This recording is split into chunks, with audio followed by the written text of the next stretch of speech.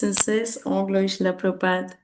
I hope Did you you, are all well. did you, Welcome you all to His Holiness Chandramauli Maharaj's daily class. Hare find, Krishna Maharaj, please accept my humble obeisances. All glory Srila Prabhupada. where did you find, You were trying to say something, Maharaj. We can't hear you. Maybe. Is it my. you find that kirtan? Start the Kirtan. Oh, where did you find it? Oh, just on internet. Swarup Damodar Das Prabhu's Kirtan. Yeah, what, Rohini, that's a very remote place. Yes, it is says Prem Kirtan Mela 2025. So I think it was last year sometime. Okay. Okay, so today's verses you're doing, Maharaj will be covering Shrimad Bhagavatam, third canto, chapter number 1, which is the questions by Vidura, and verse number 42. So, Maharaj, just give me a minute, maybe I'll share the screen. Oops, let me just come out of YouTube and hear the verse today. I'll just zoom the screen a little bit for you. Yes, over to you, Maharaj. Om Namo Bhagavate Vasudevaya. Om Namo Bhagavate Vasudevaya. Om Namo Bhagavate Vasudevaya. Soham Hare Martya Vidambanena Drisondinam Kalayato Vidatuhu Nanyopalakshya Padavim Prasadach Charami Pasyangata Vishmayotra. I am not astonished at this, having traveled over the world without being seen by others. The activities of the personality of Godhead, which are like those of a man in this mortal world, are bewildering to others. But I know of his greatness by his grace, and thus I'm happy in all respects. Although he was the brother of Dhritarashtra, Vidura was completely different. By the grace of Lord Krishna, he was not foolish like his brother, and thus his brother's association could not influence him. Dhritarashtra and his materialist sons wanted to falsely lord it over the world by dint of their own strength. And Lord encouraged them in this, and thus they became more and more bewildered. But Vidura wanted to achieve sincere devotional service of the Lord, and therefore became a soul absolutely surrendered to the absolute personality of Godhead. He could realize this in the progress of his pilgrimage journey, and thus he was freed from all doubts. He was not at all sorry to be bereft of his hearth and home, because he had now experienced that dependence on the mercy of the Lord is a greater freedom than so-called freedom at home. A person should not be in the renounced sort of life unless he is firmly convinced of being protected by the Lord. This stage of life is explained in Bhagavad Gita as Avayam Sattvam Samsudi. Every living entity is factually completely dependent on the mercy of the Lord.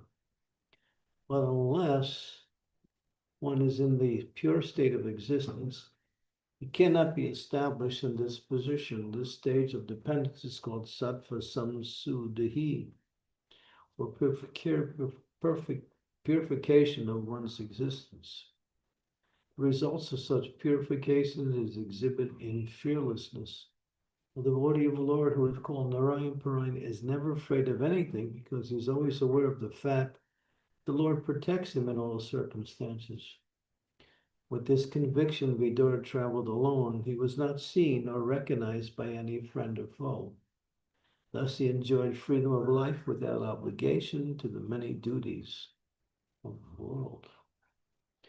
When Lord Krishna was personally present in the mortal world in his eternal blissful form Shamsundar, those who were not pure devotees of the Lord could not recognize him and know his glories. Avajati mamuha marasham tanam asritam. He is always bewildering to the non-devotees, but he is always seen by the devotees by dint of their pure devotional service to him. Om Agyan. Timidandasya Ganajana Salakaya Chaksu Militam Tasmai Shri Gurave Namaha. Nama Om Vishnu Padaya Krishna Prastaya Bhutale Shrimakti Bhakti Vedanta Swamin Nitiname Namaste Saraswati Deve Gauravani Pacharine Nivasesa Sunyavari Pastyatya Satarine Vanchakalpa Tirupischa Kripa Sindhu Vaibhacha Patitanam Bhavnebhyo Vaishnave Namaho Namaha Jai Sri Krishna Chaitanya Prabhu Nityananda Sri Advaita Gadadhar Srivasari Gaur Bhaktivinoda Hare Krishna Krishna Krishna Hare Hare Hare Rama Rama Rama Hare Hare. So the external energy of the Lord is called Maya, and it's also categorized as illusion. Illusion gives you a sense of something that is not actually what it actually is.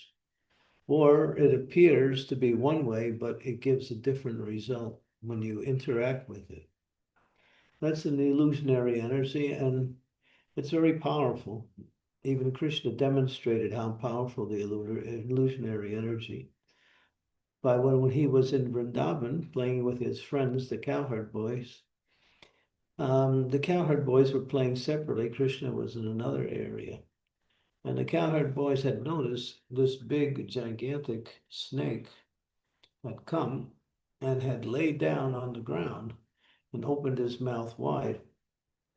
The boys, there were many of them, some of them thought it was some statue. Others realized it was some demon. But in any case, they weren't afraid because they were thinking, Krishna's here. There's no need to be afraid.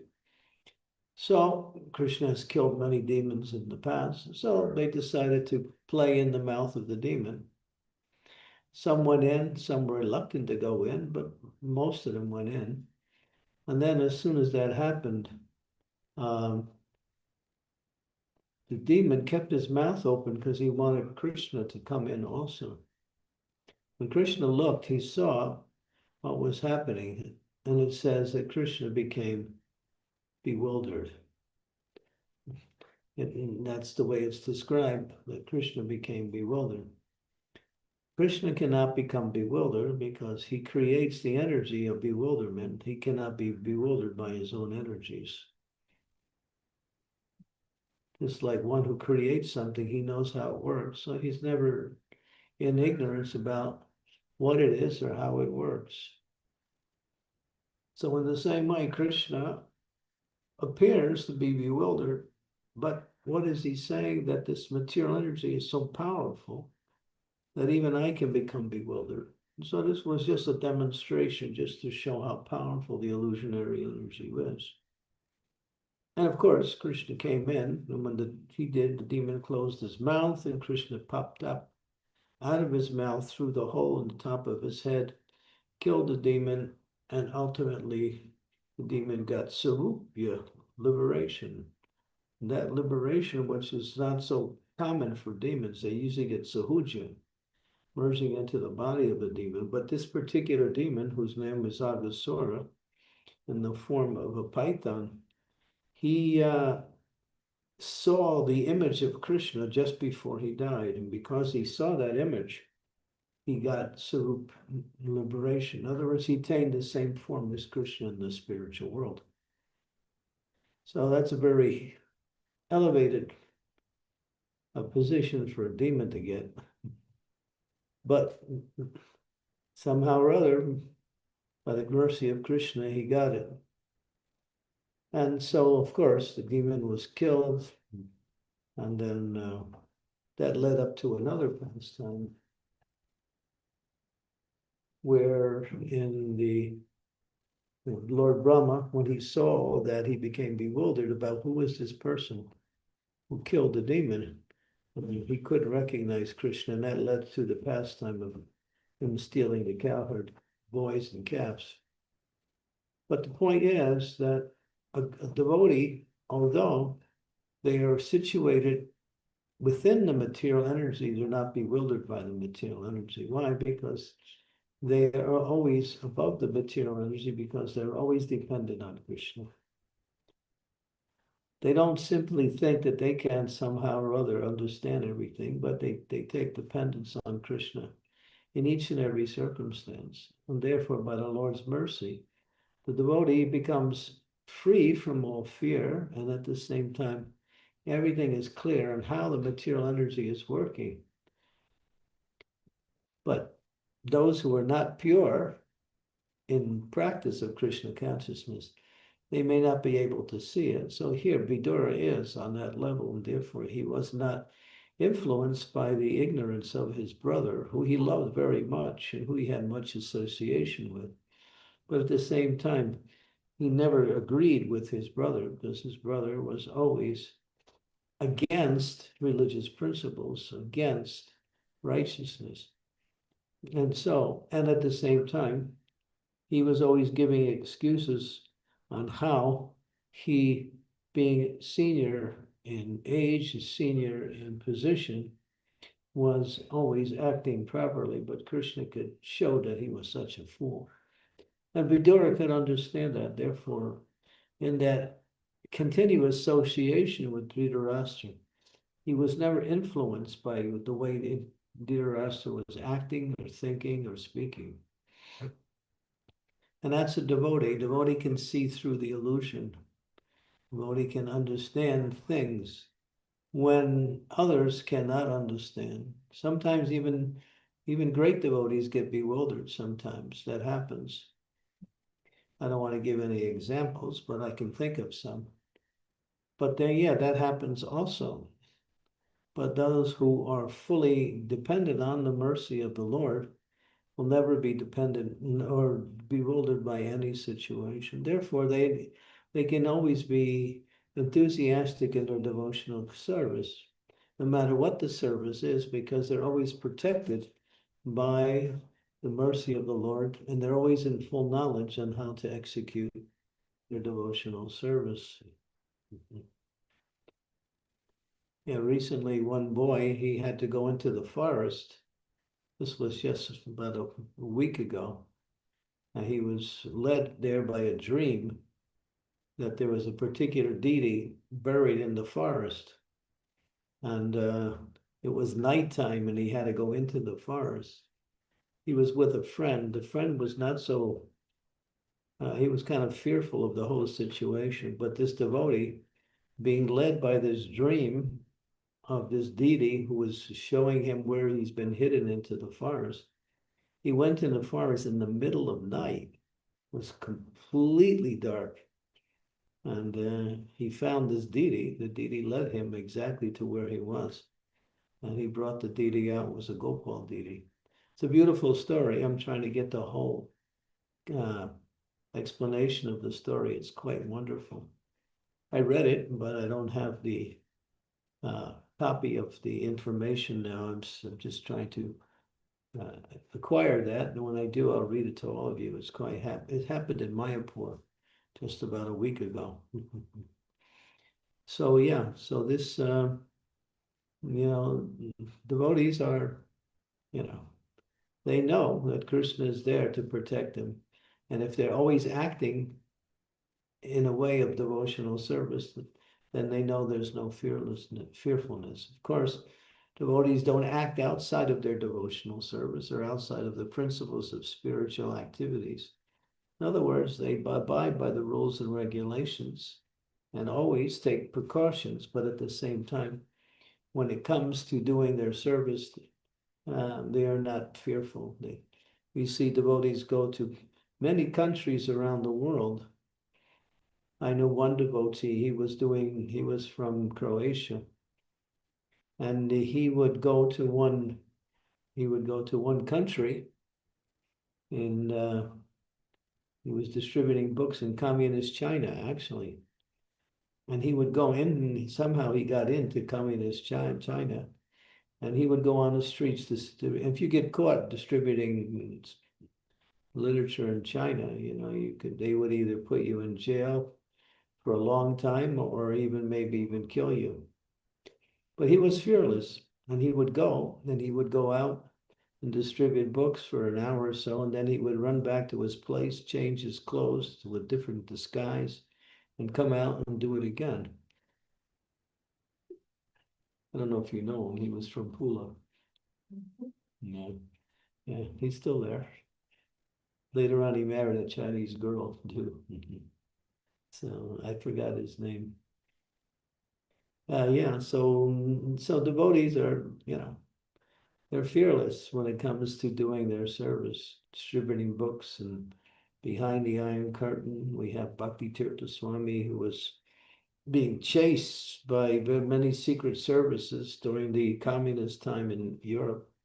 But still, he maintained himself and was protected by Krishna and was able to free himself from many dangers, but he kept his devotional service continuous in distributing Srila Prabhupada's books into libraries all over Europe during the time when the communist bloc was very strong in Eastern Europe.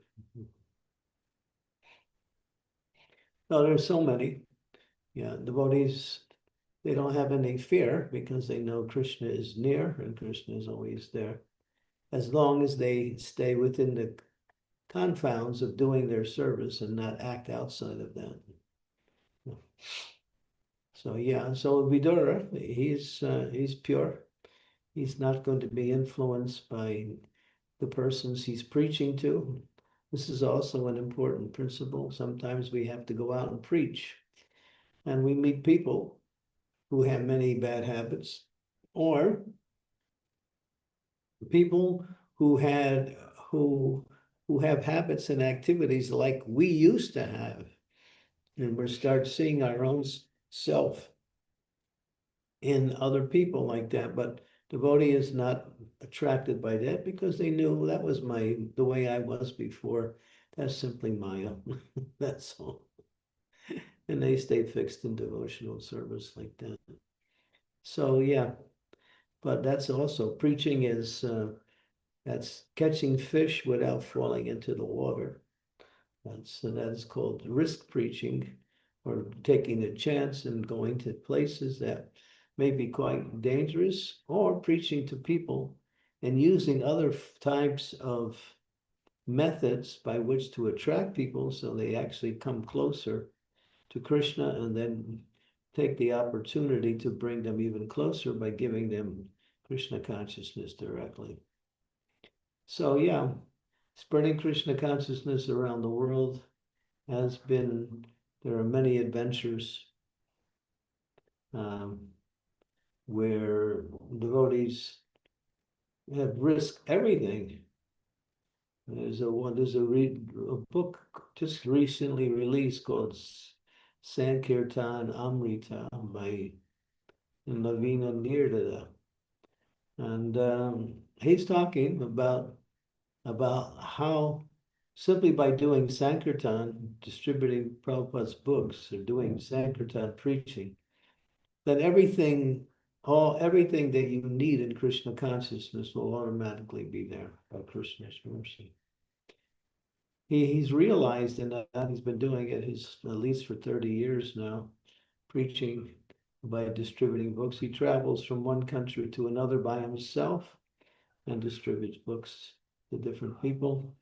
They'll just go on the streets and just pick an area of the world and start preaching, giving out books. He loves it. He said there's no higher happiness than distributing Prabhupada's books, especially in places that I've never been before. It's an experience. Yeah. So yeah, devotees are not looking for comfortable life. They know comfortable life means another birth in the material world. They're simply happy to take risks on behalf of spreading the mercy of Krishna. And that's how Krishna consciousness movement spread, simply by devotees who were willing to go those extra yards, to make extra endeavors, to sacrifice their own personal desires for the preaching mission.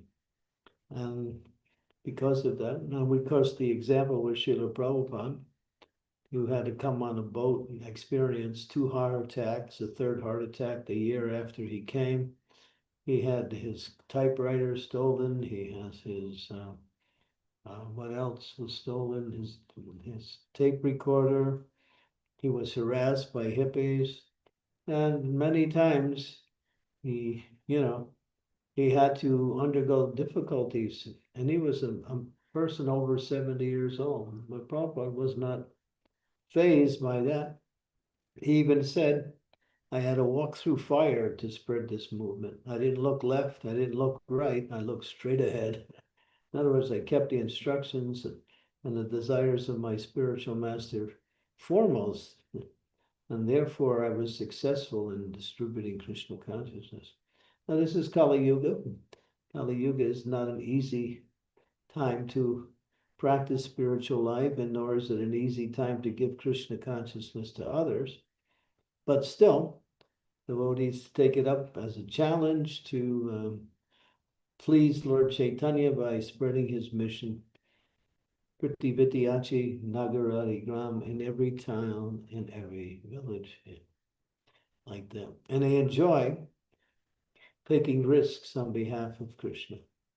But Prabhupada said, don't take a risk beyond what you can do naturally. In other words, you have to be careful because sometimes you're not equipped to experience what you may experience. So therefore, devotees take risks, but within range. Risks within range, like that. Okay, so these are some of the things. And of course, the purport ends. Go down to the end of the purport here, and it talks about Krishna. And Krishna, although he was in the material world doing his pastimes of purifying the conditioned souls, hardly any. Krishna came in contact with millions of living entities, but only between 100 and 200 actually understood his actual position as the Supreme Personality of Godhead. And therefore, because it says here, Avajanti Mamudha Manashim Tanu Aspratam, he is always bewildering to the non-devotees. Even if God walked right into the home of the non-devotee, they couldn't recognize him because they don't have the vision. They don't have the adhikari. They don't have the desire either. But for devotees can experience Krishna every minute simply by remembering Krishna, praying to Krishna, depending on Krishna, offering whatever they do to Krishna in devotional service. And then they're always connected with Krishna, and Krishna helps the devotee become more and more Krishna consciousness when the devotee is sincere to serve him. So we have the mercy of Lord Chaitanya is very strong. That mercy is so strong that even people like sinful persons like Jagai and Madai became pure devotees of the Lord by the grace of Lord Chaitanya and especially Sri Nityananda Ram. Okay, so we'll stop there and open it up for some discussions. Thank you so much, Maharaj. Devotees, if you have any questions, comments, realizations, please unmute yourself and ask. If you can't speak, please type in the chat and I'll read it for you. And it'll be nice to have a cameras on, please. First question by Krishna Kaviraj Prabhu. Thank you, Prabhu. Please go ahead.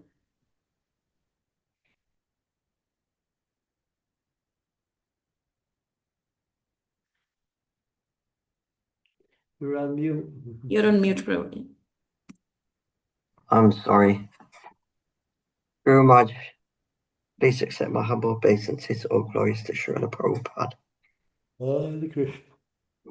Thank you for that class. I could relate to a lot of the things that you were saying because I found that previous years I was doing lots of sporadic book distribution with different groups on days now and again, but I wasn't really getting, I never got anything out of it. I never felt, apart from the first day, and all the other days, I never really, but when I was joining with Satyabhama Mataji's groups, although I was going out on my own, doing it every day, I could certainly relate to you're getting something back. You're getting something back that you never get from any other. I never got from any other service. It was magical, and I could relate to how the bit about fearlessness, because I was going into places that I would never dreamt of going near all my life. I was approaching people that I would never dreamt of approaching. Uh, this little bit of fearlessness just kicks in because you approach absolutely anybody, absolutely anywhere, without hesitation, and it's magical. But I wanted to ask you a question. The bit about you said about taking the risk but not falling in, taking precautions, because I remember I spoke to you once, because when I started doing it, I was pushing myself too much, I think. And you said that all the time I'm speaking to all these people, I'm getting that association. And I felt that I was pushing myself too much and I was getting too much of that association. And then I limited myself to a maximum of 2.5 hours per session. And that was manageable for me. But I wondered if you have any other suggestions for how we can take precautions that we don't fall into this trap. Well, what Prabhupada explains is that he said, don't take a risk beyond which will cause you to lose your Krishna consciousness. And that's the point. Taking risks, yeah, but if it's going to cause you to go down in your spiritual life, maybe you could try to perceive that ahead of time and see what is the nature of what I'm going to do, and will it impinge upon my spiritual position?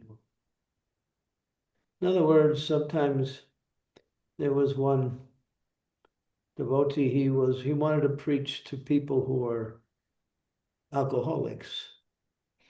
So he was going into taverns, into bars, into places, and he would sit with them and order a drink also, and he would talk to them and give them sell books, and then at the same time he would, indulge in some alcohol just to get their, what they say, their attention.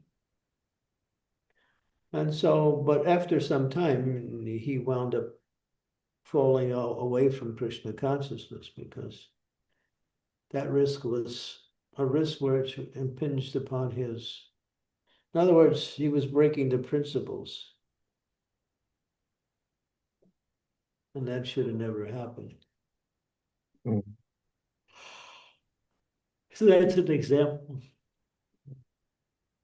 Quite a strong example, because I don't think we would ever break the principles for it.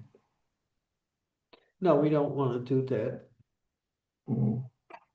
Of course, now Prabhupada has given different instructions. When one devotee said that he was preaching in Russian, there was nothing to eat except meat in Russia. Prabhupada said, eat meat, but preach. In other words, if you need food, you have to do something in order to sustain yourself. So Prabhupada was giving that preaching really follows no rules and regulations in one sense. But you have to be able to make sure you don't become victimized by the risk you take in preaching. That's the point. Taking a risk, yes. But that's a rare situation.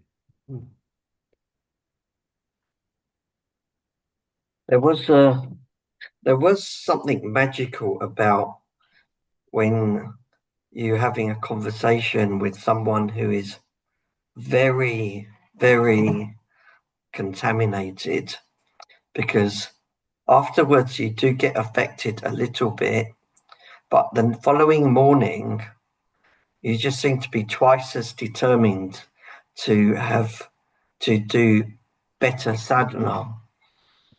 In your chanting, you're putting so much more effort because you don't want that to happen to you again. That's good.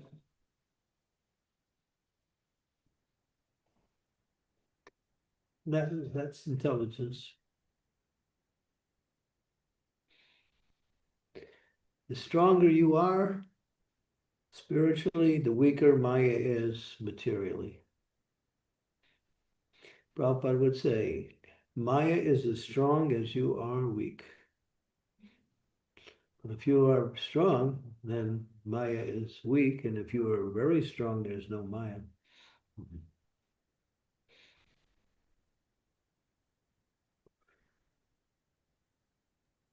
Thank you, Guru Maharaj. And sadhana is the basis. You want to build a house, you build a foundation that will be strong enough to keep the house from being destroyed by high winds or by shaking of the earth, earthquakes. So you build a strong foundation. So if your foundation is weak, then you're going to be affected. Keep your foundation strong. Hear and chant the glories of the Lord regularly.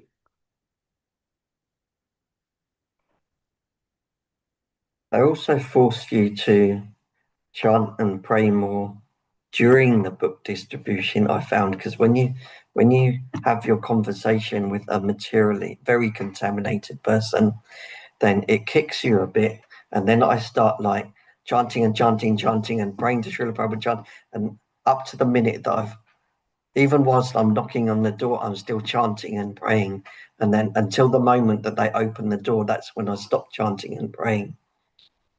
And then as soon as they've closed it again, then I'm chanting and praying again. Good. You're on the 18. I'm trying to be. I'm trying to follow Satyabhama Mataji's example. Well, Satya Brahma, when they just see her, they just melt because she's so sweet. And then they can't say anything unpleasant. They may say no, but they say it nicely.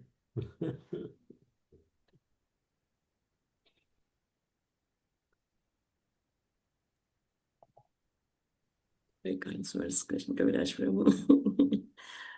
I pray to Guru Maharaj. That's my strategy. I just pray, pray, pray. I just call you virtually, just come here and distribute books. That's all I do. Satya Brahma doesn't judge anybody. She takes everybody as a nice person. They are nice people. Even the people that I thought I would never approach, I found every single one of them's nice. I've not yet met someone that's like horrible.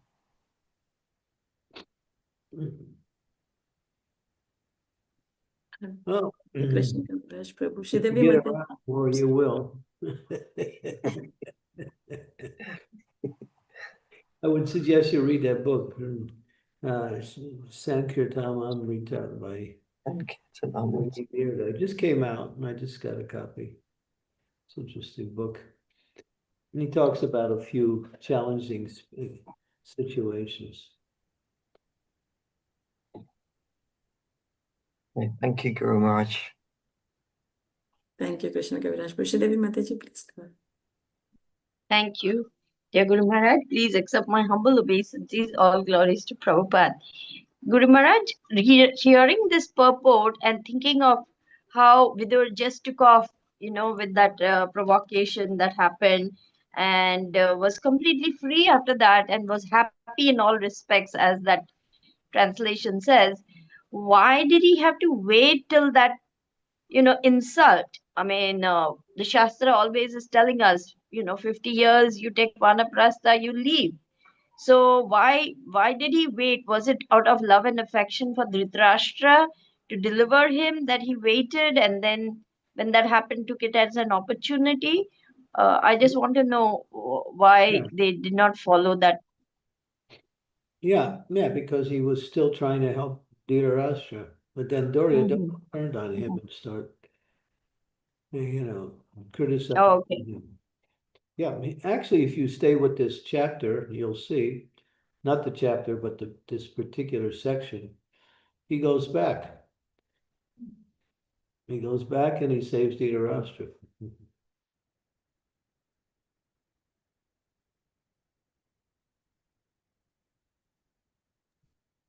So those who really care about us, they never give up on us. They never stop trying to help us become Krishna conscious. In spite of the insults, in spite of the provocation, Vidura came back again. Right. Yeah, that was his Okay. determination.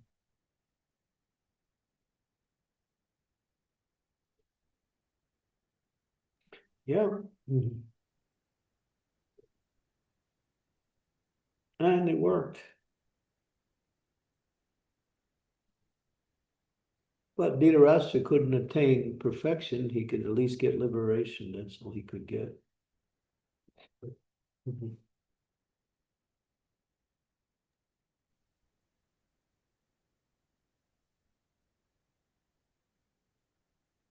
Thank you. Thanks. Anything else, Sridevi Mataji, you want to add or ask? I was thinking that, that means so much mercy we are receiving, then we also must try, when that opportunity comes, to give mercy to others and help them in their Krishna consciousness as far as possible, even though our relatives, family, friends, whoever it is, they may be disinterested or they may be downright inimical, but the devotee never gives up on any of them. Is that right? Well, you have to see, that takes some intelligence to see the situation, whether to be persistent or to move on.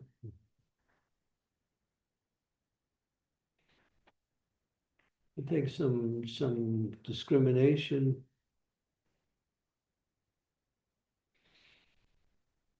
You read about these Sankirtan stories, and you get an insight in how devotees dealt with situations.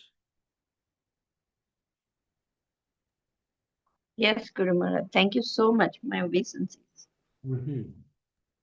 Thank you, Mataji. Shiv Kumar Prabhu, please go ahead. Thank you, Mother. And out, please accept my humble obeisances at your lotus feet. All glories to Srila Prabhupada. So, Maharaj, one question on today's topic, Maharaj, one specific question I had.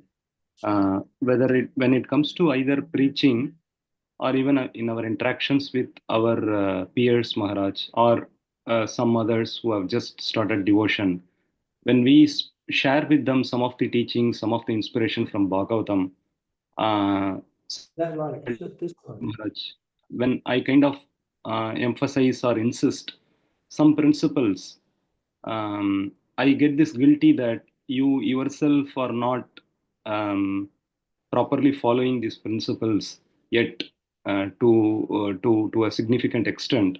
And why insist or emphasize in speaking to others? Why don't you first put into practice? So that kind of an thoughts come up, Maharaj. So how should I look at that, and how should I deal with this? That's, no, people are saying that to you. You should be, you're not up to the standard. Mhm. I myself feel it, Maharaj. Not others do not say that. Well, keep working on yourself. Hmm. Hmm.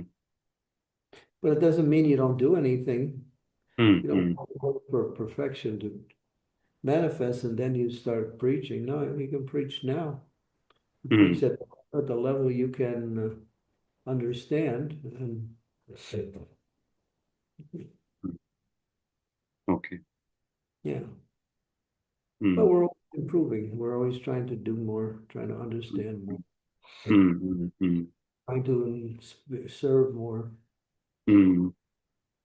That's what makes devotional service interesting, when we don't get complacent and just go on with our routine. We should always be thinking, what else can I do?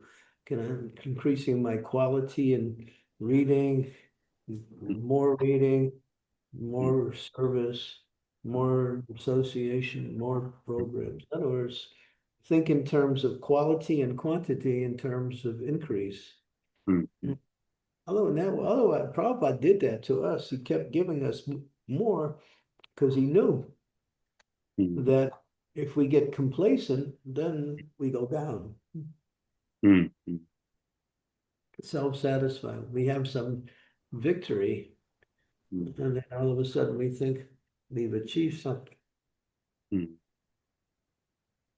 The achievement of Krishna consciousness is love of God. Until you reach that, then you still have to continue to endeavor in all areas of Krishna consciousness.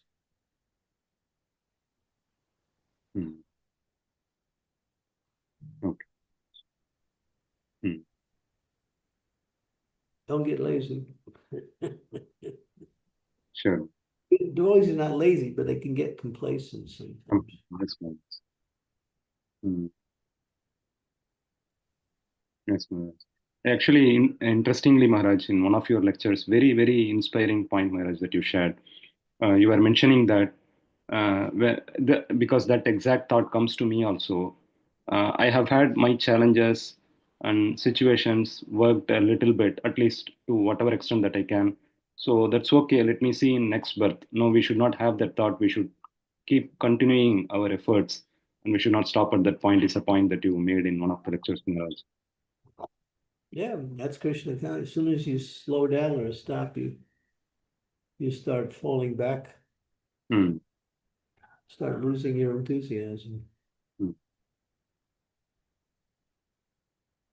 Act in the present, plan for the future.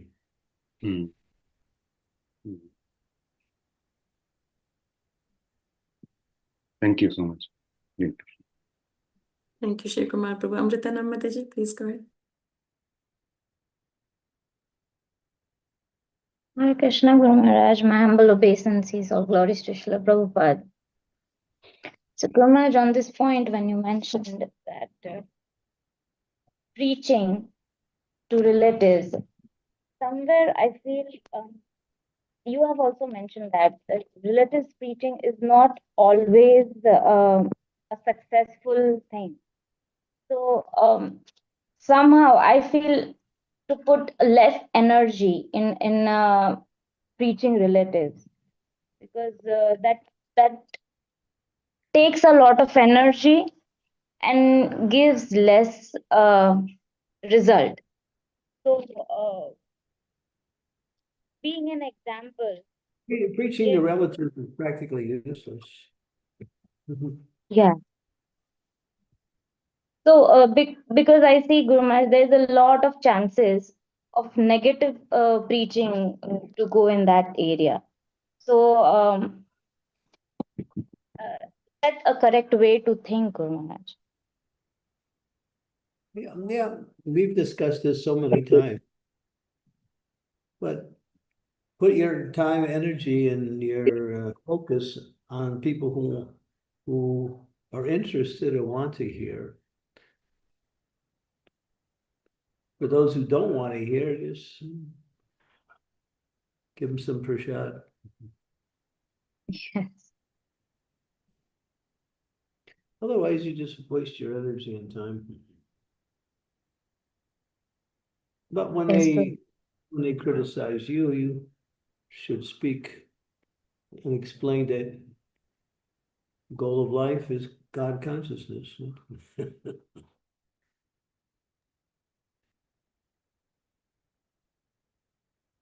And then Yes. back it up with statements. That's all.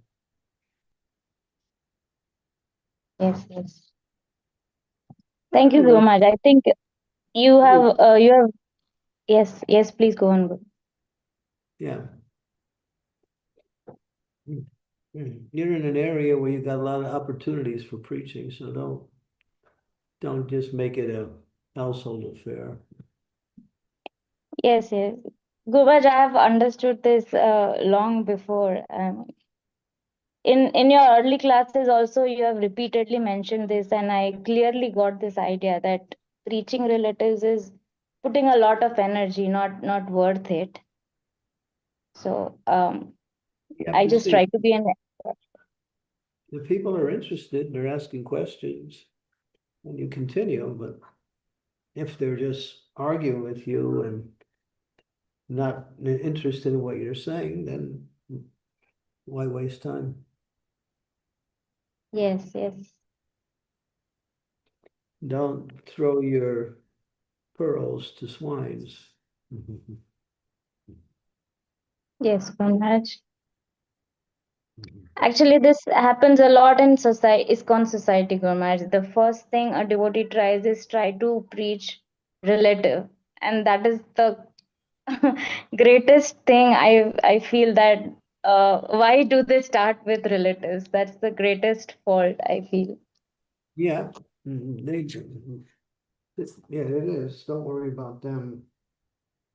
Yes, yes, They're a little bit perceptive. They can see you you becoming a nice person, developing good qualities.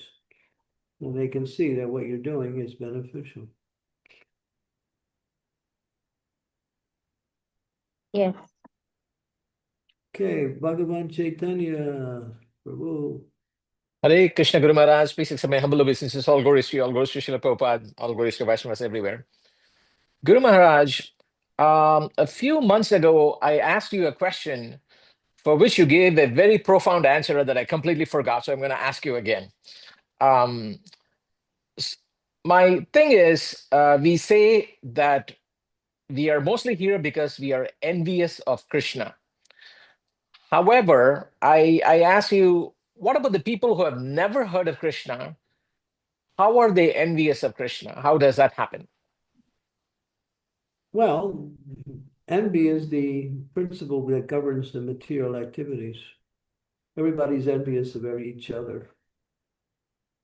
But the reason we come to the material world is that that's the initial fall down, wanting to take the position of Krishna. Krishna is the controller, Krishna is the enjoyer. We want that position also.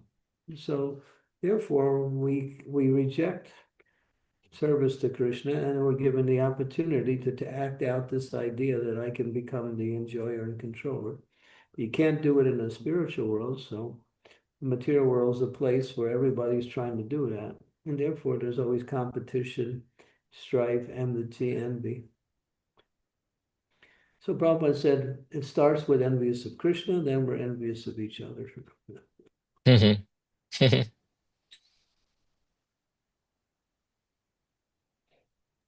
Envy is also a very strong giver of satisfaction in the material world, Maharaj. So if you have something more than others, it gives some type of pleasure. If you don't have it, it gives you great pain. It's not real pleasure. It's just some adrenaline. It's just adrenaline. That's all it is. Right. It's Yeah. not pleasure. Mhm. You can't call them your raising blood pressure, call it pleasure, you know. Yes. No, it's just the pig is eating stool and he thinks it's really nice.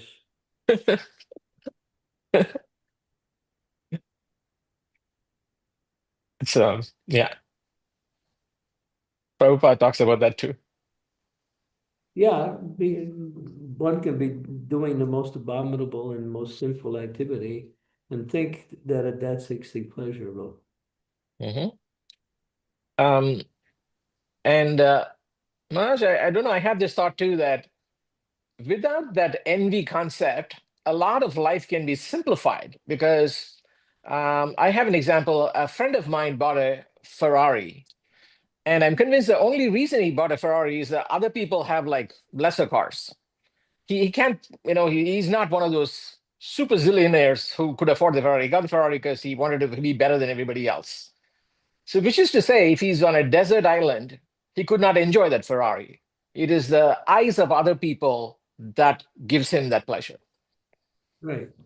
which is false pleasure. Yeah. So, Everybody wants to be noticed, be yeah. praised, be envied by others in the material world. So therefore, people who don't know Krishna are also envious of Krishna in this manner. Yeah, for sure. Because Awesome. if they weren't envious of Krishna, they wouldn't know him. Would not be here. They would try to find out about Krishna. Ignorance of Krishna is another form of envy. Wow, ignorance of Krishna is another form of envy. Yeah, yeah, because he's what you're trying to be in the material world. Yeah. But if ignorance of Krishna is a form of envy, then it's a faultless envy. They don't know about Krishna, Maharaj. Still, it's envy. Faultless. Faultless or Prabhupada gave a very clear, very succinct, and very direct statement. He said the difference between spiritual consciousness and material consciousness is those who are in material consciousness are envious, and those who are in spiritual consciousness are non-envious. Wow, it's that big. Right. It's that big.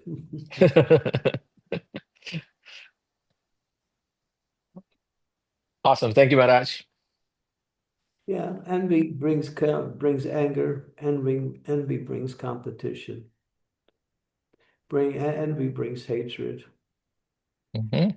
Envy brings self-criticism. It carries with it all the bad qualities. Qualities, right?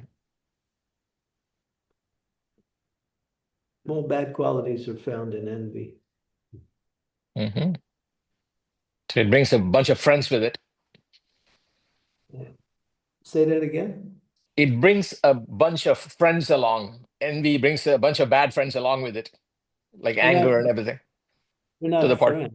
friends. We're not. They're, yeah, it's friends. They're all bad people. People who are rich, people want to become their friend because they're rich. That's only Mhm. one of the, they can Yeah, get something. yeah. This reminds me of something you said, Maharaj. I said, young people who are clueless sometimes say, "Oh, I will love you forever," and you said, "Till the money runs out." Yeah. Because Thank they you, have no Bhagwan concept. Chaitanya. Sorry, Bhagwan Chaitanya Prabhu, there are a few questions in the Oh, line okay. queue, so Sorry. Yes. I will stop Yeah. there. I will stop hogging the line. Thank you, Bhagwan Chaitanya Thank you Prabhu. very much. Sharda Mataji, please go ahead. Thank you so much for the class, Maharaj, and please accept my humble obeisances. All glories to Srila Prabhupada. My question is about the last couple of lines in the first paragraph of the purport of this verse. With conviction, Vidura traveled alone, and he was not seen or recognized by any friend or foe. Thus, he enjoyed freedom of life without obligation to many duties of the world. I'm just wondering why or how was he not recognized by any friend or foe? Was that an invisible cloak Krishna gave him?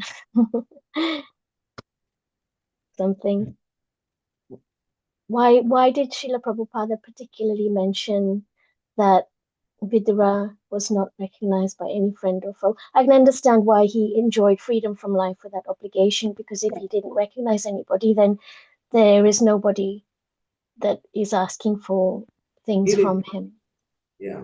He didn't make any friends and he didn't make any enemies. He was happy traveling alone. He traveled with detachment. Yeah, Mm. yeah. He was focused simply on going to holy places and meeting holy people, that's all. Okay. Thank you. Thank you for that. Thank you. Thank you, Sharda Mataji. Radha Vinodi Mataji, please go ahead. Hare Krishna Guru Maharaj, please accept my humble obeisances. All glories to Srila Prabhupada and all glories to you. You spoke already a lot about preaching, and I came to be in a very interesting situation in this regard. That there is some lady who is interested in joining the community of devotees, but it seems to be more likely due to a social reason, not so much being committed to Krishna. So when someone wants to join the so-called to the church, but not so much about dedicating herself. So how can I preach to someone like that? Well, we welcome them. Krishna says 4 kinds of people come. And if they come for social reasons, we invite them. But then they have to engage in the activities of devotional service. Not that they just sit there and, socialize. No, give them some service to do. Teach them about what is this environment that they're entering into. What is the purpose? The activities we perform, in other words, yeah. Whatever reason they come for, that's fine. The fact that they come, that's important. That's the only thing. But then you have to engage them in spiritual activities.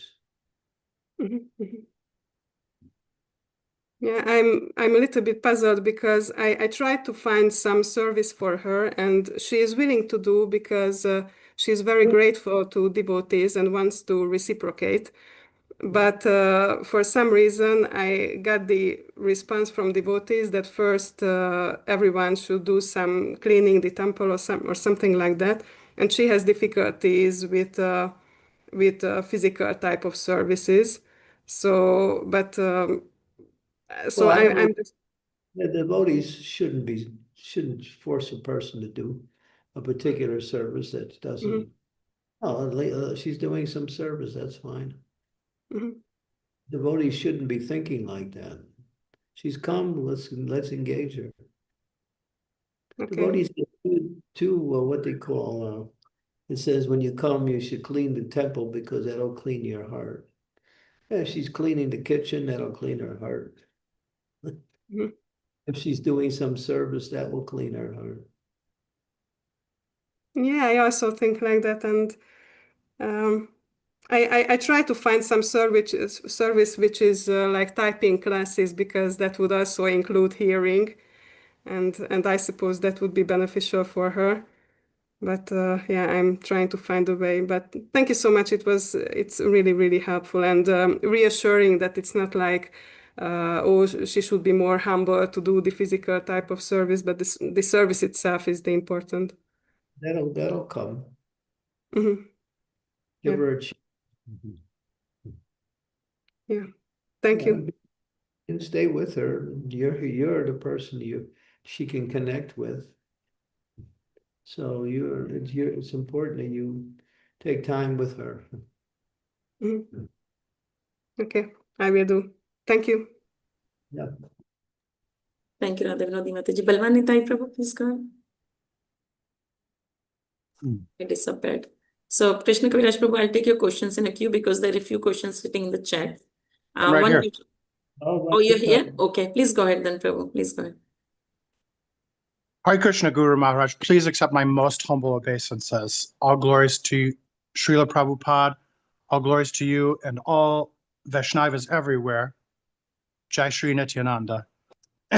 Dearest Guru Maharaj, my Mataji and I want to get married. And I was instructed that I must ask your permission. I don't know how to do that. Shall I write you a letter? She's a very chaste, pious devotee of Krishna, and she wants to get married, and I would like to marry her. And so this I wasn't sure how to go about it, so I'm asking you now, or if we should talk about it later, or I just never, my parents are dead, and so there's no one to ask apart from you. Okay, yeah, just write me a letter explaining the situation from me as much as you know. And of course, there must be some senior devotees around the temple he could also, speak to. Yes, I'm not sure if you know, but His Grace Yeah, Yugal Prabhu yeah, is, yeah, he's getting treatment in India, yeah, that I know. yes, he's not well. And so I would ask also for your prayers for Yugal Kishore Prabhu. Yeah, I'll write you a letter today, okay? Also talk to Krishna Kumara. He knows the Mataji very well as well. The people of our temple have seen our pious love affair grow, and so they all know. But Yeah, Krishna Kumara is good. Talk to him. I will ask. I'll talk to him today as well. Hare Krishna. So there is, thanks, Balwani Thai Prabhu. So you can write a letter to Guru Maharaj. There's a Ashdev Mataji. I'll come back to you because there is a few questions sitting in the chat. No. No? Okay. Chat is only when we run out of online questions. Yeah, she's asking, I think, second time. So I thought I'll. Okay. All right, fine. People that go in the chat, there we use them when we run out of the other things. So Okay, sure, Guru Maharaj, sure. but Shridevi Mataji, please. people who are online, they got their camera, they're listening. The ones that in chat, they write something and then they go cook something and then they wait for their turn. So, Sure, anyway, Guru Maharaj. I'm exaggerating, but anyway, the chat is a good backup when we run out of online questions. Sure, Maharaj. Sorry. So there were two hands up. I think Krishna Kaviraj Prabhu and Shridevi Mataji. Okay. I hear Mataji. Thank you. Yes. Can you hear me? Yes, go on, Mataji. Guru Maharaj, as he was explaining to Radha Vinodini about this Mataji, I was just thinking of how it is so crucial at this delicate stage in a new entrant's life that they connect first with some devotee who genuinely cares about them, and second, that they're given services that they are able to handle and they can do happily and enthusiastically. So that makes them feel a little successful, accepted, valued, and then build on that rather than saying, okay, here's a broom, come on, start sweeping the temple, or here are all the pots and start cleaning the pots, and I mean whatever it is we normally do.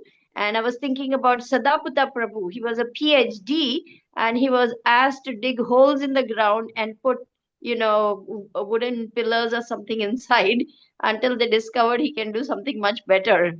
So matching the people who come with appropriate services also is a very important service. That's just my humble 2 cents. The question I have is, Guru Maharaj, as we embark on this path of bhakti, of course, we are encouraged to read, to learn verses, to preach, to speak, and encouraged to do Bhakti Shastri, Bhakti Vaibhav, Bhakti Vedanta, and so on, so on, so on. But our real goal is not to keep amassing a whole bunch of knowledge or verses. It is to attain love of God, as you said. So is there a danger that I might become more and more academic or like a gyani, but I might not develop love of God if I just confine myself to just amassing knowledge? Bahunam Jnanamamante Jnanamamam Prapadyante Vasudeva Sarvamiti Samaha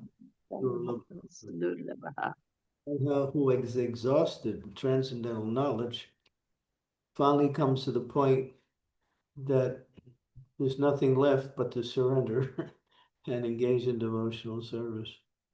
That's the maturity of Jnana. So collecting knowledge in the name of Krishna consciousness will not get you love of God. you have to engage in practical devotional service. Having knowledge is nice if you use the knowledge for preaching and for your own edification. But we're not bookworms, we're not gyanis, we're not Maya Apirita Gyans, where we just read a whole bunch of books.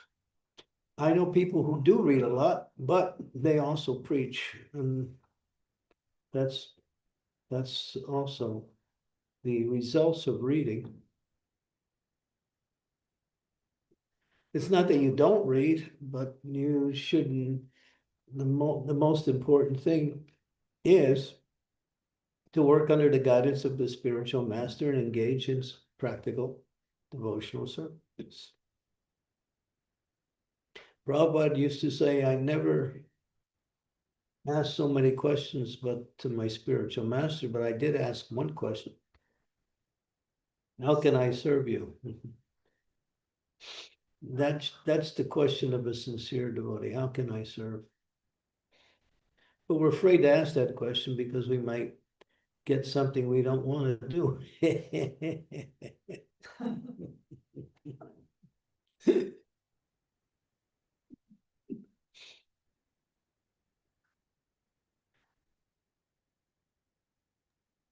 Yes, Guru Maharaj, this path of bhakti means constant internal surveillance, constant introspection, constant self-correction, constant monitoring. You know, the price of, or what is that saying? The price of freedom is eternal vigilance. So the price for Krishna consciousness is eternal vigilance on the path of bhakti. It seems to me that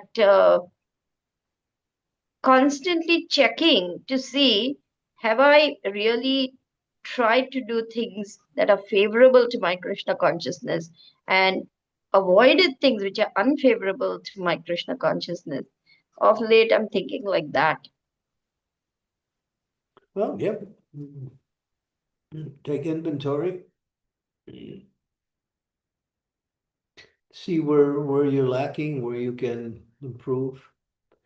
See if you're wasting time. If you are, cover those.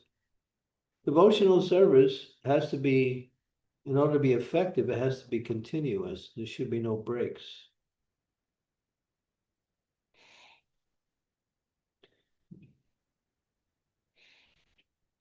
Taking care of the body is necessary, but that's not the break. Break means that I give a little time for Maya also.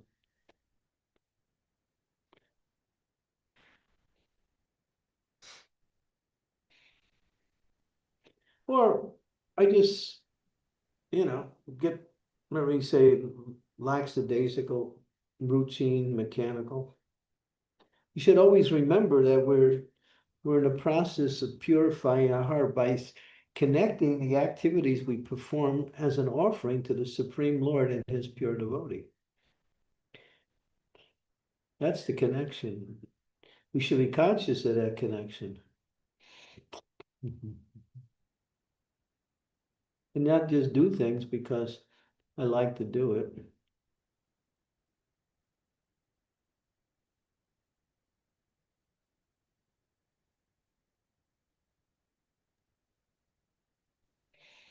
Okay, so Yes, Guru Maharaj.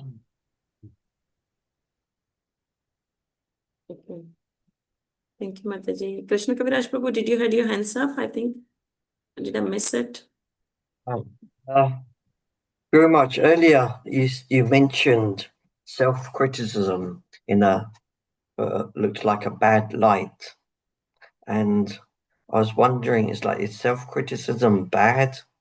Because I find that sometimes I know that I haven't done something quite right or I've made a mistake, and I look at others and see who's doing it nicely. It's not, well, criticism is a strong word. Okay. Reflection, introspection. These are the things that we should engage in. Criticism is, oh, I'm so useless, I can't do it. Or it's too difficult, I can't do it. Or devotees are more qualified than me, and in other words, you find fault with yourself.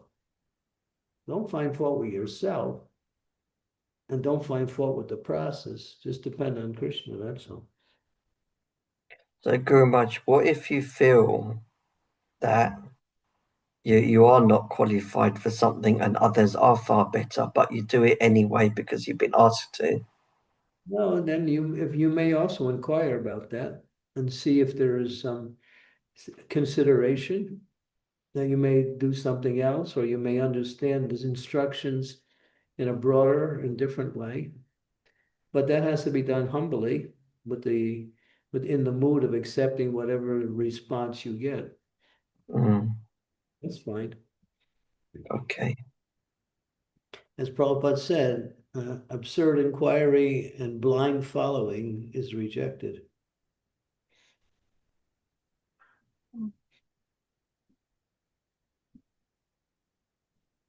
Thank you, Guru Maharaj. Okay, now we can take questions from the chat. Thank you. Thanks, Krishna Kaviraj. Thank you, Maharaj. So there is a question from Abhishek Prabhu. He's saying, Hare Krishna Maharaj, please accept my humble obeisance. All glory Srila Prabhupada.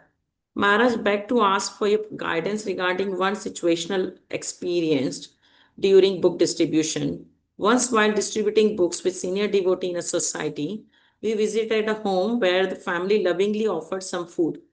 There was a possibility that the preparation contained onion or garlic. One senior devotee accepted a small amount. Later, when I asked him about this, he explained that sometimes for preaching purposes, such an adjustment are made. He also shared an example of Srila Prabhupada while taking prasadam with his disciples at someone's home. Onion pakoras has been prepared. Srila Prabhupada instructed the devotee to accept it without saying anything, considering the preaching situation and the feeling of the host. Maharaj, I am little confused and sincerely want to understand the proper siddhanta and practical application of this type of situations. It takes intelligence, that's all. You have to be intelligent enough to see the situation and understand it. If you don't have that intelligence, then just don't do it.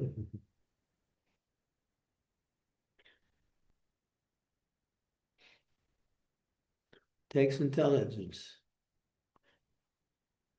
We avoid these things, but in some cases, it might offend people. But sometimes if we're polite, we can explain our situation and they will understand. With the example with Prabhupada, he knew that the host would be offended. And that was in Calcutta. That was in India. That wasn't in the West.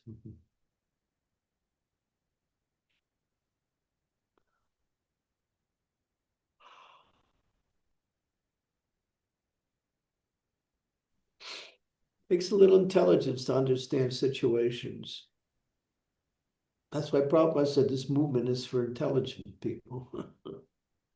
And when people say, well, I'm not so intelligent, Prabhupada said, well, get some.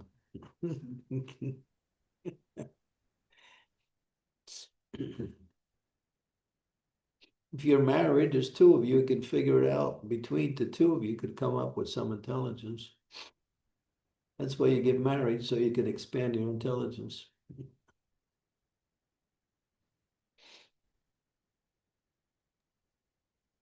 Thank you, Maharaj. Krishna Kaviraj Prabhu, it seems you have another question. Go ahead.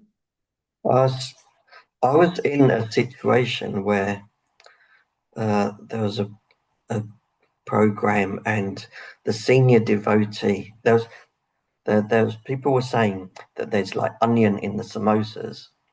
Now the senior devotee accepted a samosa at that place, and they obviously they do what they felt was right at the time. But then when I was just in a crowd, so when I got to there, I felt the spotlight was on her, so she made a certain decision. I felt the spotlight is not on me. Nobody's going to bat an eyelid if I decline the samosa, so I declined it. Good. Mhm. And So it's- I didn't ever hear anything about it after. Yeah, that was intelligent. Okay, thank you, Maharaj. Thank you, Prabhu. Maharaj, there is another question from Rajesh Prabhu. He's saying, Hare Krishna Guru Maharaj, please accept my humble obeisance. All glory Srila Prabhupada. Related question to Bhagavan Chaitanya Prabhu. What is the difference between jealousy and envy? This is Braj Haridas Prabhu. Jealousy is towards oneself, envy is towards others.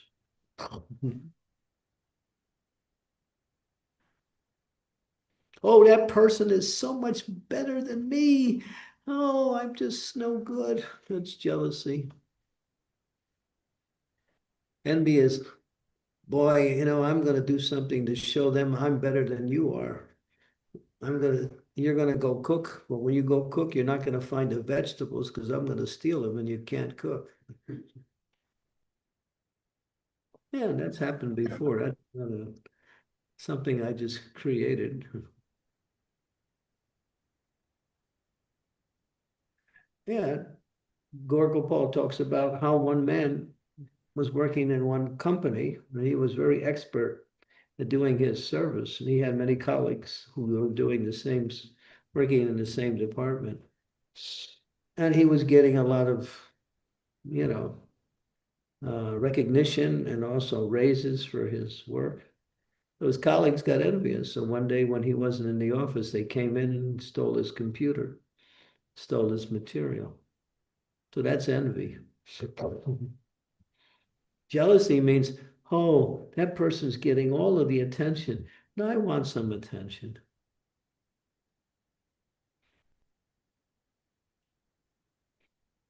I want some recognition. Or I'm so full and I can't get any recognition. Jealousy. One is outward, the other one is inward. So envy is when you act. Hmm? Envy is when you act on your emotions in a destructive way. Yeah, you're unhappy about everybody else's success.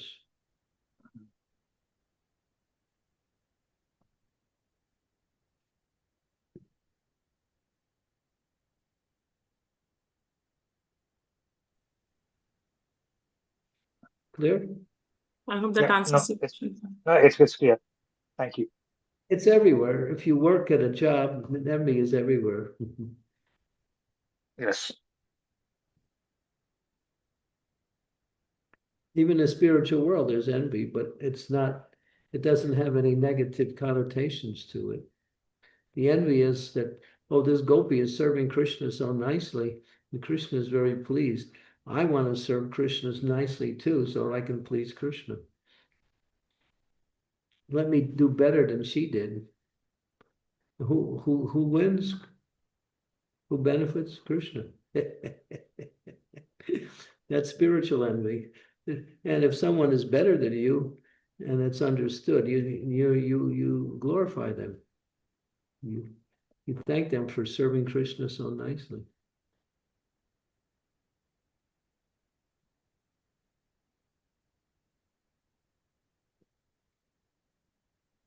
So thank you very much. It's very helpful.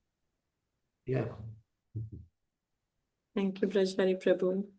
We have a question on here. I have two and a half people here. He's remaining silent. Three people. So yeah, we have a question by Kirti?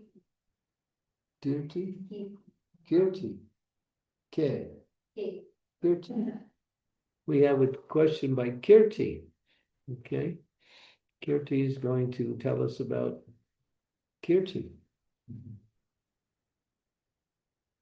My question is, you said about nice devotees don't judge anyone. Nice devotees don't judge anyone. So I have the tendency to judge. So how to get rid of the judgment? If you're judging others so you can help them in your Krishna consciousness, that's all right. But if you're just doing it for comparison, She's talking about judging others. Sometimes we judge others to see, well, maybe that person, I can help them in their Krishna consciousness. I can offer some service. I can do something that will be beneficial.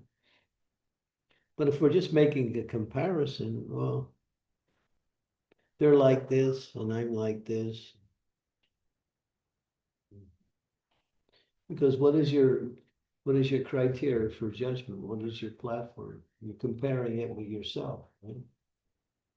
What does judgment means? Judgment means what? Just making conclusions about other people based on your observation. And a lot of time we understand that judgment is actually wrong because the understanding of the person is not complete or even partially complete. Therefore, the judgment is off. You can't see the whole picture anyway. When Bali was judging Sugriva, thinking that Sugriva was trying to take his position, because when Sugriva put the rock in front of the cave after Bali went in there to fight the demon, he thought that Bali had been killed. So not to let the demon out, he put the rock in. But Bali assumed that Sugriva did that so he could take Bali's throne. And Bali became the enemy of his own brother. And that's the whole episode. And then Sugriva had to flee from Bali to keep his life. And then later on, the whole thing played out with Lord Ramachandra killing Bali. But the point was that Bali didn't see the whole picture. He made an assumption. And even when Sugriva was trying to explain, he wouldn't listen. So when we judge people without understanding, that could be very detrimental to everyone. Better not to judge that way, because you can't see the whole picture anyway. Or sometimes you judge something and your judgment is wrong. Why they do what they do, you may not understand what is the motivation behind it.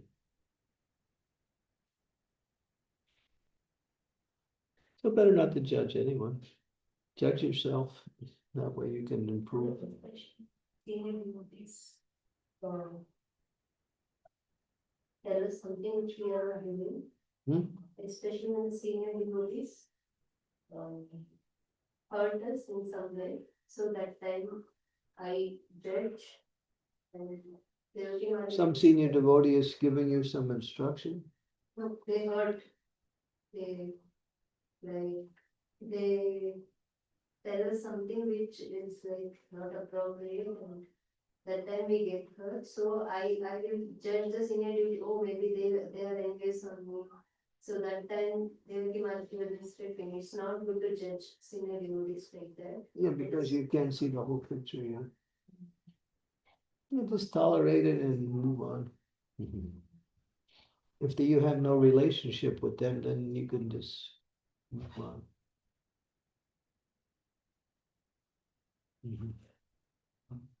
Okay, yes, Teja. I have sent the message you are looking for. I have sent the message you are looking on your WhatsApp. You did what? I have sent the message and photos you are looking for. That DT. Where'd you get it from? I have. About Gopal? Yes. About Pranamaya, Pranamaya? Yes. You have that? I have sent your WhatsApp. Oh, it's on the WhatsApp, huh? Whoa. I don't want to know if I want to bring it up. Tomorrow I'm going to read something really nice, so everybody come. This is really amazing. I think it's too late in the program to read it now. But tomorrow for sure. The spiritual world opened up. Okay, so I think that's all for today. Thanks. Thank you so much, Maharaj, for your time and association. Hari Hari. Yeah. Shila Prabhupada ki jai. Thank you, Guru Maharaj. Thank you, Satyavan Mataji. Thank you, Guru Maharaj. How's the fundraising going? Not taking off, Maharaj, but yeah, I have made some plans and I will execute, Maharaj. Okay. Yeah. Yeah. Thank you for the opportunity, Maharaj. Thank you for the Yeah, service. keep going. Yes. Thank you, Maharaj. Hare Krishna. Thank you. And okay, Balavan, just send me your letter. Just make it as detailed as you can. I will, without fail. Hare Krishna. Glory to Haribol, thank you so much. Hare Hare Krishna Krishna. Maharaj. Thank you. Thank you so much for the wonderful class. Hare Krishna Guru Maharaj. Thank you. Hare Krishna Guru Maharaj. Thank you very much. Thank you so much, Guru Maharaj. Hare Krishna. Satyabhama doesn't know how to end a program. She just sits there. I won't come out until you come out. Other way around. We don't want to lose even a moment with you, Guru Maharaj. We hope Yes. this never ends. That's why she cannot stop. Okay, I'll have to show my other feature, Rani Kashipu feature.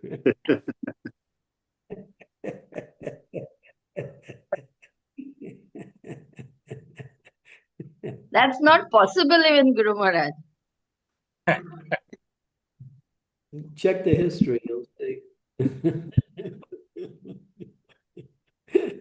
You're so gentle, you're so kind, you're so compassionate, you're such an ocean of mercy, even though we are so fallen and completely deserving of only chastisement. Yeah. I cannot even. We cleaned all the light bulbs in the main room in your house today, and there's now more light in the house.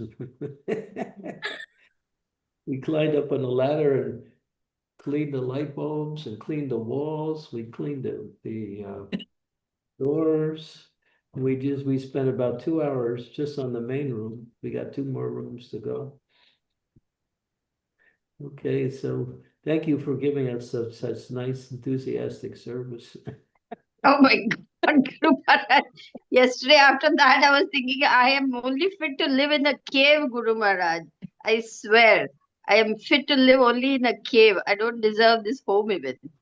Yeah, I'll work on that one for you.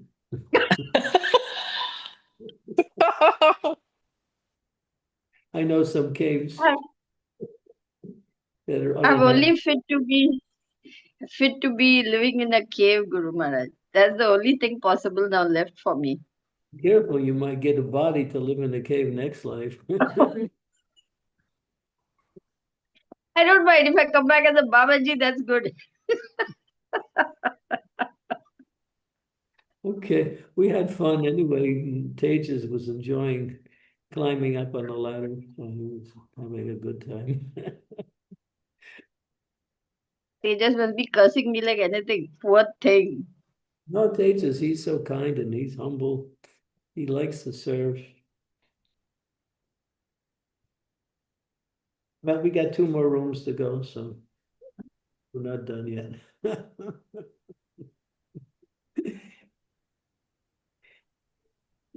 My name is mud at the end of the whole thing.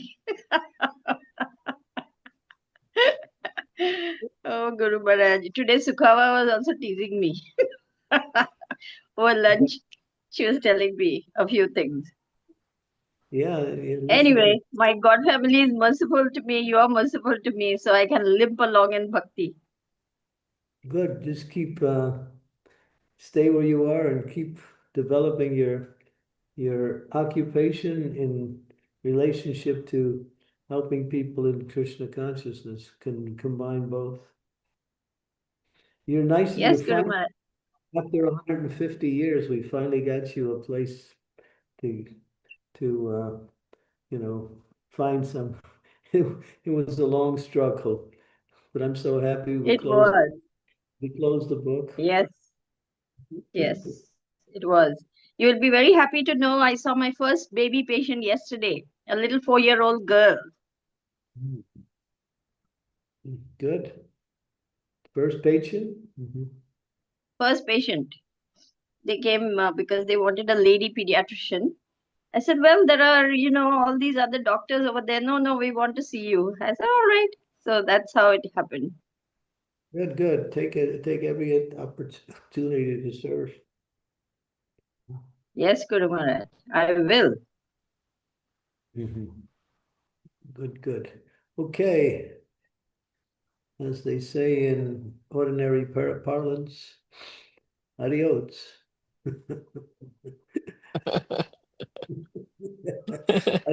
Adios. Never adios, Guru Maharaj, until we meet again. Jai. What was that Balaban said? What was it? After a while, crocodile, and what was the other one? See you later, alligator. See you later, alligator. Split like a never banana. Yeah. That's street talk in America. Yes. Anyway, if you want, there's a whole huge, long dictionary that's been published about American slang. And I wouldn't recommend you go to it, but if you talk to an American, he uses slang all the time and you don't even know what the heck he's saying. Take care, brush your hair. I got you back.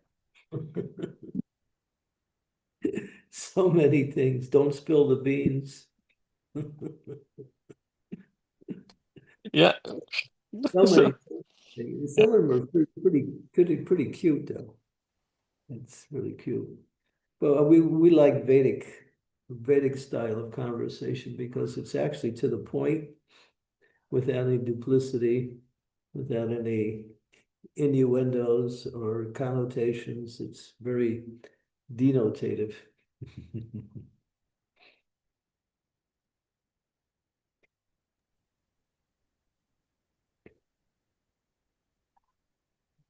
Thank you. Thank you so much, Guru Maharaj. Hare Krishna, thank you. Thank you, Guru. So much. Thank you. Hare Krishna. Thank you, Guru Maharaj. Hare Hare Krishna, Guru Krishna. Maharaj. Thank you so much. Hare Krishna, Guru Maharaj. Jai Maharaj ki Jai, Srila Prabhupada. Thank you so much for joining. Thank you so Thank much. you, Mataji. Hare Krishna. Thank you so much, Mataji. Thank you so much, Thank you, Mataji. Hare Satyabhama. Krishna. Thank you to my wonderful God family, which continually showers mercy on me, even though I don't deserve it. Hare Krishna. See you soon, all of you. Hare Krishna.